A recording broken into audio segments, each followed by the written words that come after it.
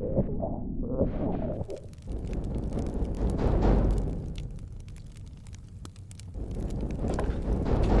on.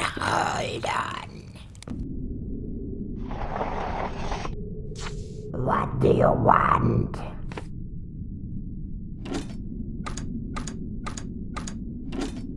Oh my. We haven't had a drop of blood in the last few days. A caravan transporting the blood from the next bigger bloodletting village hasn't arrived. A straight route from Latva, the Crimson Sea, to Delta, the Woodwall Castle. Let me know if you can find anything. I will order blood when the road is safe, more or less.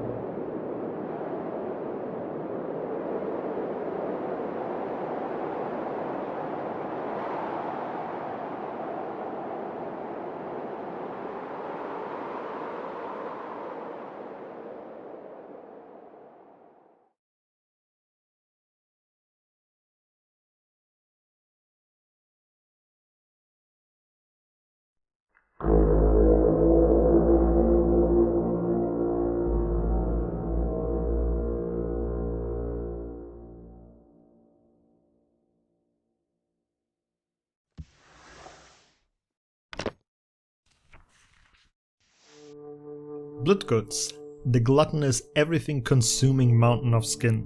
A crawling beast known to walk around the deepest forest in the snowy highlands, always guarding his pack of bloodhuts, or being alone in an open field, consuming what is left of a rotting carcass.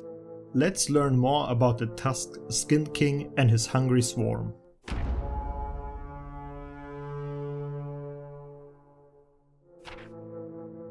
In the untamed forests of the snowy highlands hides the Bloodguts, away from predators that could harm his pack. It is known that a packless male can be spotted in the open fields, and even close to birch pike forests, scavenging carcasses and decaying trees, and having a more aggressive behavior. If not scavenging, they dig for roots and consume trees that are already overgrown with mold and shrooms. Mostly caused by the Bloodguts itself, toppling them over due to its nature to create natural pathways through the whole forest. Bloodguts are encountered all season, but hide in burrows during the winter, blocking the entrance with their massive bodies, but leaving to dig up frozen carcasses of beasts that got killed or frozen to death, thanks to their extremely good smell. The pack is following their alpha, migrating to other feeding grounds. The Skin King shows extreme care and is better not messed with. Even adult male Bructa will keep their distance most of the time.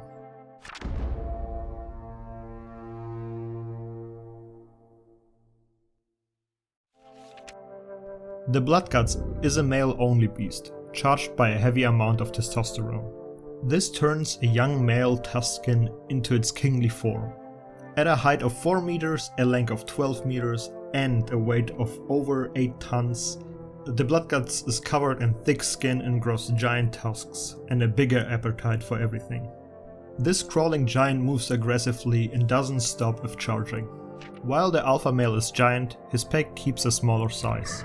The male and the female Bloodguts are the same size, around 1.5 meters in height and 2 meters in length, and around a ton in weight. Only a fraction of the Tusked Skin King. But these smaller bags of skin can still pose a threat to everyone, if they manage to surround the target or just bulldoze over it as a wall of skin and teeth. It's also easy to see what the differences are between a male and a female. Only the male will grow tusk-like wisdom teeth. The thick hide of the Tusken is very resilient to slashes and thrusts and regenerates very rapidly. The Skin King is exceptionally known to close wounds in no time, and with that he forms the spike-like structures on his skin. These are just scars on top of scars caused by the environment when he is charging through the woods, forming these long spires of skin. The tusks and teeth are hardened due to the iron-rich grounds in the snowy highlands and never stop growing. So it's very unlikely that you will ever see a tuskless Skin King. The tusk will show clearly the age and health of a Skin King, using these and their giant shovel-like claws to dig up everything they can snuff out. The smell is also exceptional and outshines the poor eyesight and hearing. Smell is a Tusken's main method of orientation and finding food. Without that, they are basically blind. Facing the Bloodguts from the front, the nose clearly resembles a crown-like shape in the dominant males, while Bloodguts have a pointy triangle-shaped nose, changing if a male reaches their fertile age.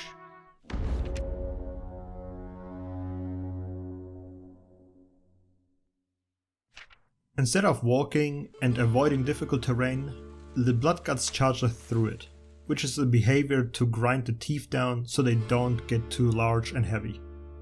Creating organic pathways in the process, aerating the soil and changing the wind flow of the forests. The Skin King nose has a thick front flap that can plug the nose shut while burrowing or charging, avoiding debris and deep wounds of pike-like branches. The high regeneration also shows in the Bloodguts diet, from decaying flesh to rotting wood. This glutton consumes most things with no drawback, mostly seen to scavenge for rotting or frozen carcasses, and old fallen over trees housing a bunch of different mushroom colonies. It depends on the season what the Skin King consumes. During winter, roots, frozen carrion or bones. But in spring, summer and autumn, mostly a bark-based diet. The mushrooms growing on the decaying trees are most likely toxic.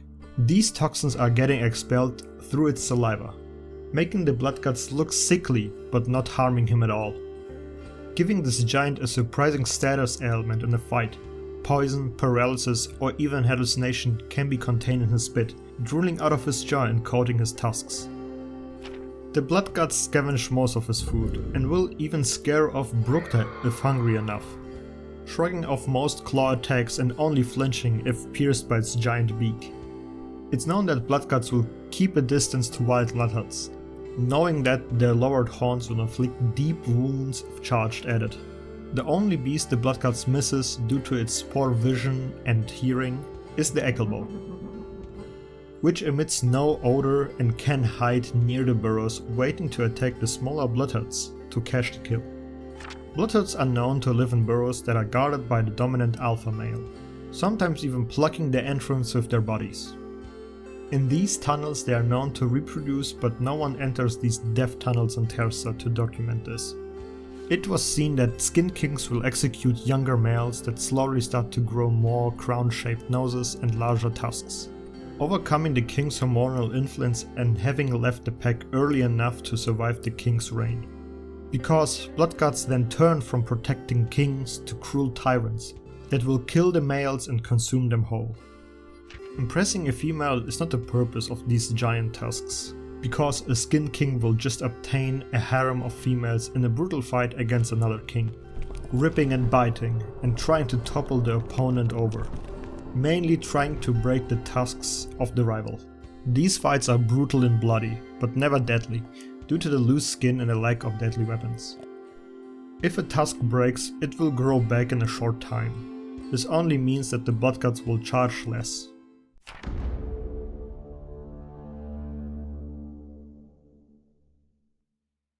To not cross paths with a pack-guarding tusked Skin King is just to avoid the paths they create, even though they sometimes can look like man-made roads to other towns.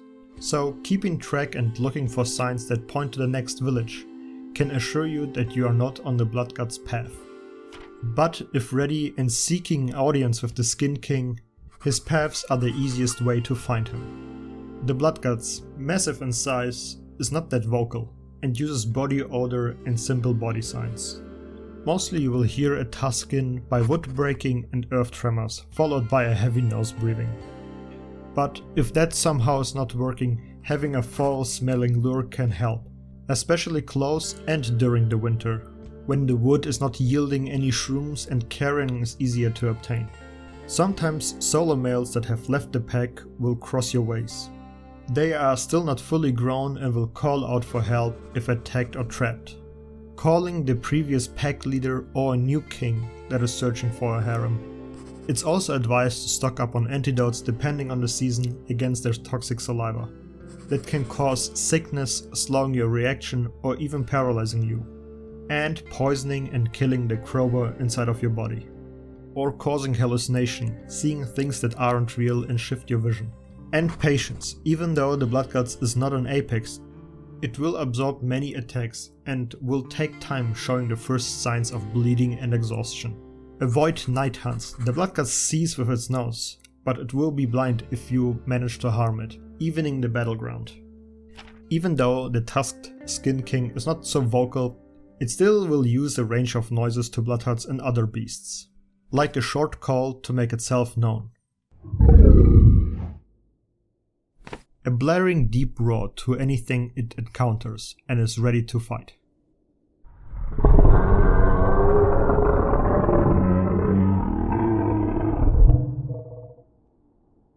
The grinding teeth to maybe scare away any predators.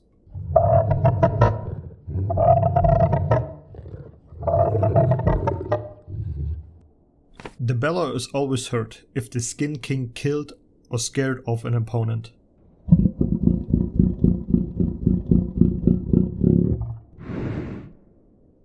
A softer side of the royal beast is heard near its harem.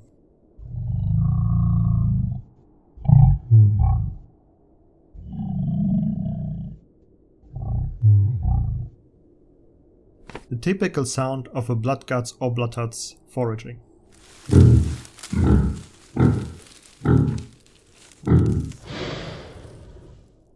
Cleaning its nose or marking its territory with snot.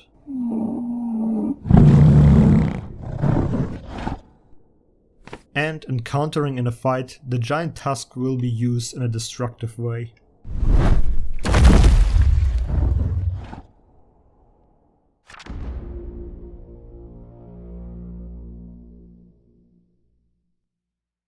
The tusked Skin King looks like a constantly regenerating mountain of scarred skin.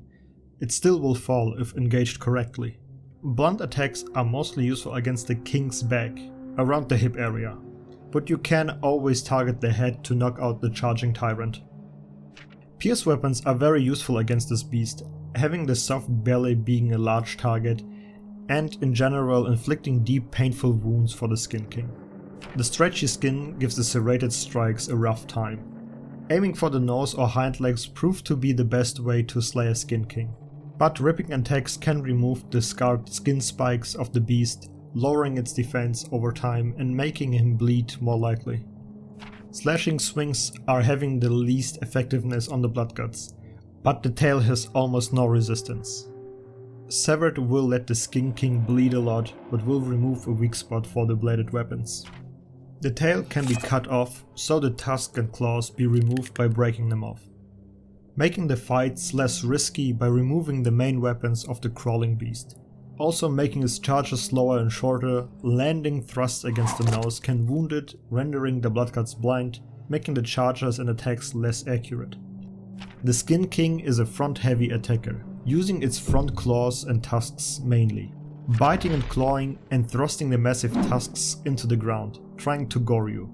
His heavy weight can also be a reliable source to attack back, and sometimes unknowingly flying rocks and dirt by flinging the tusks out of the ground. If stampeding, the Skin King goes into a blind rage. The charges are faster and he will open his mouth wide, covering his eyes with blue skin, aggressively charging to the last point he saw you, thrashing around with his tusks and flinging his toxic spit around, imbued with the shrooms he maybe ate. So trying to flank an attack from the back would be the best chance to slay this walking highly layered beast.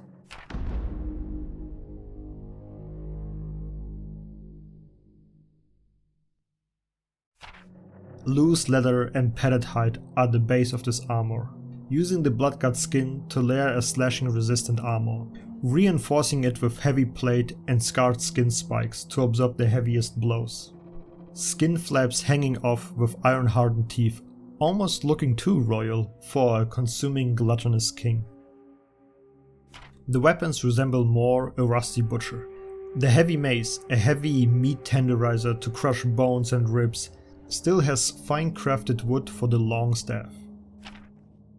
The Great Rapier, a giant meat skewer that will go through skin and flesh like it was seasoned for days. The Cleaving Saw, a heavy butcher's knife, chipped and jagged, but still showing in the mask-like pattern in the rusting steel. And the Greatsword, a sharp, oversized messer, with grooves to cut easier through living flesh.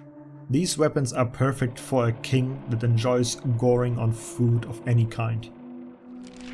The Bloodguts and his pack of Bloodhoods are the scavengers of the Snowy Highlands, keeping the forest from overgrowing, carving paths into it so the deepest woods can breathe, and crunch away rotting carcasses so diseases will not spread. The orange long streak crawling through the forest, a hungry king wrapped in skin and teeth.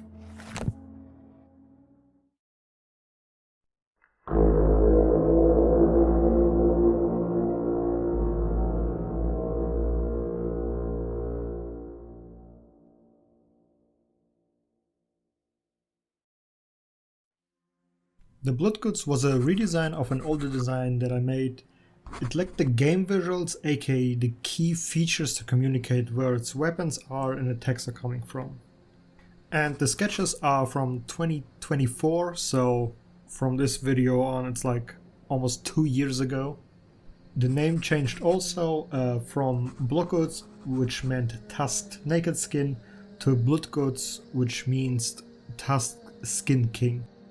Just a little change. Let's begin with the sketches based on the word combination of a mole boar I did. It's a sketch that kinda like appeared randomly, and I would say the middle ones are the most interesting with the big shapes, but nothing too interesting. I also leaned heavy into the mole rat look because I like them because they're very cool and pretty creatures and need more representation in video games. These felt more aggressive, and the bottom one looked the most grounded and not too demonic like the upper right one. I rendered the design completely and I was thinking using the reverse growing tusks as visuals to show some sort of kingship. Not for the smaller ones, for the bigger alpha mole boar was the plan to make the teeth look like horns that kinda represent at the same time a crown. Here's also the female version, lacking the upper growing tusks.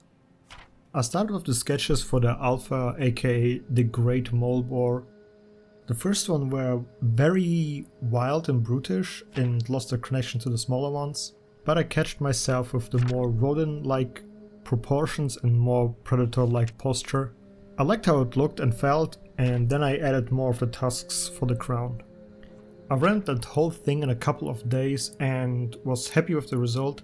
Then I kept going with other beasts and kind of forgot about this design, and after 40 months I started to design the armor and noticed how I lost the direction to be more grimdark. I basically look like a one-to-one copy of Monster Hunter, which is not bad but also not great, because I wanted my game to feel different from the colorful anime power fantasy that it currently is. I started posting on a Discord server with some really skilled artists in there, and Steve's sketches gave me some of the best feedback I could ever imagine. He showed me that I'm very stiff in my design, especially in armor, that I also have very hard-coded walls that I need to break. So he pointed out that I need to get more loose and wild with my ideas. Easy said than done, but the madman he even did some designs for the mole and the armor, showing how much I can push the shapes, and if I'm done the sketch I should make the complete opposite of that sketch to see if something turns out good. The armors also look totally sick, and it shows how much Steve has experience in fantasy design. I took all of that feedback and started remaking the mole boar again, and this time I cranked out a fuck ton of designs and reshaping him completely and focusing on the key features of this monster. Playing around with teeth and head shapes. I love the first one, it's like a shield of teeth. Using the tip of making something slow and lumpy into something speedy and sharp. Slowly I started to make this front claw more focused, but also made the tusks extra large, giving him a very front heavy look, even more than the previous design. I started to use the nose more like eyes, so the closed eye looked like an extra nostril at the end. The big shovel-like tusks really grew on me, and I tried different shapes. Even making a colored sketch version to show Steve how much I think about his feedback. But something didn't work for me with this design, and I looked at my plan of not making too many animation rigs for the beasts and keeping it more or less simple. His shape looked more like the mud huts, but I wanted it to be more of a charging tank. So I decided to do even more concepts. Used a hamster for the jaw and teeth. I reshaped his body proportions with small changes. Lowered him more and more to the ground, until my brain told me I did something really interesting. While doing all of these sketches, I learned about skin and teeth and other things animals do, like being poisonous because what they eat is poisonous, so they gain the poison trait as their attack. Explaining the charging and also how the teeth work, forming skin spikes because of the scarring. But I didn't stop there and kept going, even though I already had a banger idea. I went back to see if I maybe skipped something, going away from the shovel tusks into more of a mole and beaver direction. Here I almost took the middle row because goddamn this skull looks fire, but I had the balls to not use it, and I came up with something even better. Maybe I will reuse the skull someday. I tried some more designs and I enjoyed the heavy flat shovel arms like an arm guard for a dog trainer. Here I cranked it up even more, like Steve told me to push the shapes until they break. I did the same for the tusks again, pushed until they broke and looked what worked. This lower row worked well, and the flat white teeth gave him this face shield look at the same time. I combined that with the body shapes and the heavy arms I enjoyed, and added the skin spikes for some more interesting visuals and storytelling, and played a bit with the claws. Colored the sketch to figure out how it would look with some paint on it, and then I sketched some smaller versions to make some sketch poses for the rendering. I refined the sketches and noticed that the teeth are paint to sketch in perspective. A simple blender blockout saved me a ton of time and showed me that I made the head a bit too slim. A new sketch was needed, and I used a 3D head and balanced the head with the arms together. And made some adjustments to clean up the sketch and anatomy. Then I rendered him in grayscale to have a good base for coloring and photo bashing textures. I think he turned out great, and it's currently my favorite design I made. It feels grounded but also very gamey, aka you know what he will do to the player, without NPCs yapping how dangerous and cool a monster is. I did the same with the smaller bloodhuts, sketched them into grayscale and then into full color and applied all the textures. I placed them all onto one screen to show how much bigger the alpha will get. So, the armor pieces were the hardest part for me. These are sketches before I talked to Steve. They looked very dark and edgy, but I liked that stuff, to be honest, so I tried to make some more. I liked the butcher look to represent the gluttonous Skin King, but also wanted to show some more hanging skin. I didn't really play it around much cause I had no good feedback. I liked the armor though. Maybe a different pose with a weapon would make it look better, but something felt off. Then I made even more with really tiny changes, so that solves nothing, so Steve gave me some holy feedback. These were my first more crazy and wild concepts for the armor. Some are totally misses and some are okay. With these I pushed even harder on the shapes, but I noticed that I disliked these concepts. They felt not really like me and they totally did a 180 and looked even more Monster Hunter. So I spoke with Steve about it and he liked the designs but was confused why I wanted to make a boring armor and not a Monster Hunter armor for my Monster Hunter-like game. And there was my eye-opening moment. All the work I was doing just to imitate a game I love, but slowly grew more and more away from this wider audience-pleasing design. I like the older designs from the first gen, the grounded and historically inspired designs with function over style, more Siberian bear hunter armor and less anime main character. So I started to play around with painterly armor sketches, being less fancy and more simple and almost boring but practical. Looking into bomb armor and juggernauts. With that in mind, I redesigned the existing armor that I made for the Brucktar and it turned out fine. Here I even tried to have a gameplay feature included into the armor, having bigger parts show the armor set skill attribute, aka the focus piece, defense, attack and mobility. I made some sketches which worked out, but I just saw myself not having enough experience in armor design to make a set out of a monster resembling the beast, and also having wilder proportions were just a very giant and difficult task for me. Defeated, I scrapped everything and went back what Steve told me to push more ideas, and these just sucked and looked horrible with no real taste and design. Maybe I needed a break and I looked up armor that is leveling up, aka layering on top. It looked better, but something still was off, and I watched Anthony Chung Jones, aka Robot Pencil, his video about how to sketch fantasy armor. He said, I'm paraphrasing here, instead of going wild and removing the crazy stuff bit by bit like in creature design, armor design is the opposite. Go realistic as possible and then add the fantasy.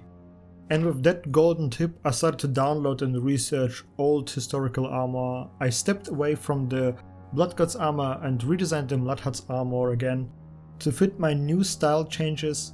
It worked really well using old leather armor with some Slavic influences. This one is not the final one though, but it helped me to shape my visual armor design for Terza.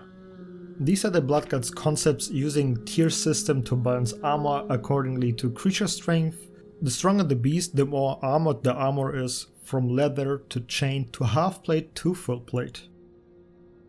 Instead of making the armor look like the beast that it was made out of, my friend Romeck-Art asked me why not use trinkets, just parts of the monsters dangling. It's grounded and serves like an armor decoration. Which is also a very historical thing that was done back then and displayed the monster pretty well.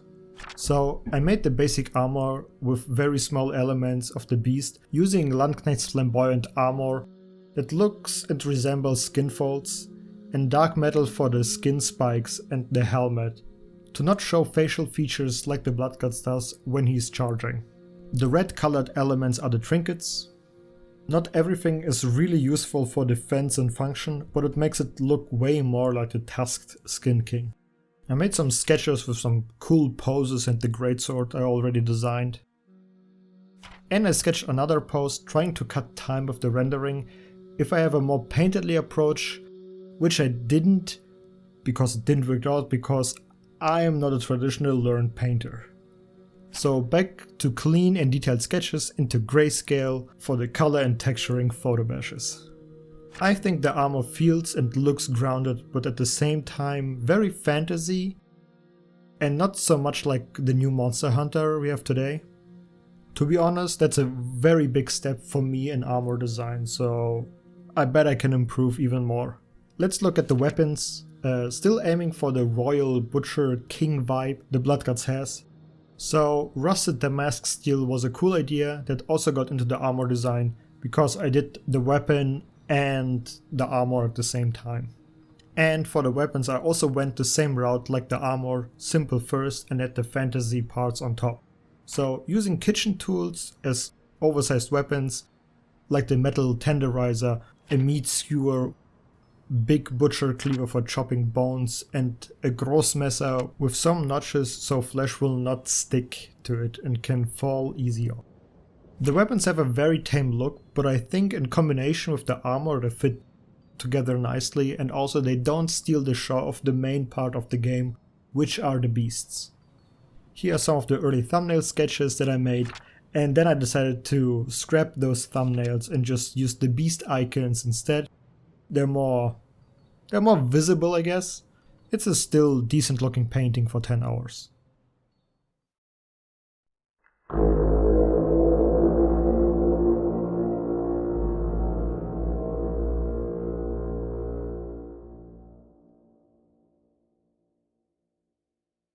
Hey guys, thank you for watching and Happy New Year. 2025 passed by so fast and I only could get 2 videos out. Sometimes life happens and you find less time than expected. But I had an amazing opportunity to design the creature for the Meat Canyon short movie. Check it out if you haven't. Also, I illustrated 5 creatures for the MCDM Draw Steel TTRPG and had some smaller other gigs and commissions. But 2025 wanted me to go into 2026 with a bang. That's right, your boy did it. I got hired to be the creature concept artist for Moonfish, the studio behind Atomic-Heart. So I will make some cool things you can shoot and work with some very skilled and talented artists. And I can't wait to show you what I did in like 2 or 3 years because NDA. If you haven't noticed, I switched the direction in the visual and tone of Titans of Terza. I hope I could show off more of the Grimdark world and also moving away from the Viking visuals and more into Slavic visuals. I find it more interesting and fresh because we know very little about these times and the culture itself. And that's why the video took me so goddamn long, because I needed to redo everything. And learning proper armor design took also a ton of time away. So I hope you like what this little project is shaping out to be. I also wanted to thank the people who supported me during 2025 on Ko-fi, in general giving me advice, companionship on streams and money.